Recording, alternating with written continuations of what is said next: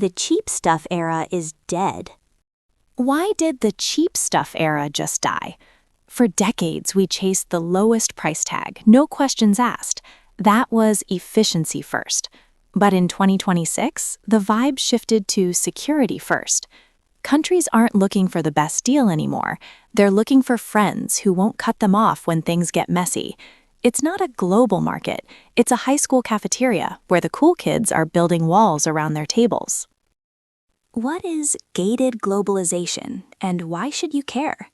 Imagine the internet, but you can only visit sites owned by your country's allies. That's friendshoring. We're ditching universal trade rules for gated blocks.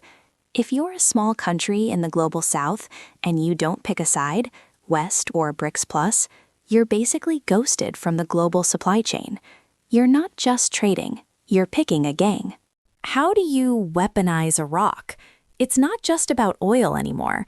It's about the lithium in your phone and the cobalt in your EV. Major powers are using choke point diplomacy. If they control 90% of the refining, they control you. They use export bans like a leash to make smaller nations bark on command. It's raw, it's cold, and it's happening in the dirt. Who gets screwed when the giants fight? The global south isn't a monolith, but for the smaller players, this is a structural earthquake. They face imported inflation, bread and gas prices spiking because of someone else's war, and capital flight. Investors get scared and pull their money back to the safe gated blocks, leaving smaller economies to starve for investment. It's a quiet destabilization that doesn't make the headlines until it's too late. Is this just the new normal, or can we fight back? Here's the truth. Turning trade into a weapon is a moral failure. It treats billions of people as collateral. But the global south isn't just taking it.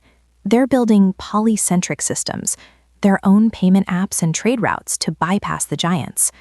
We need to stop cheering for our side and start demanding a system that doesn't starve a village to win a trade war. The future is multipolar, or it's no future at all. Follow to stay awake.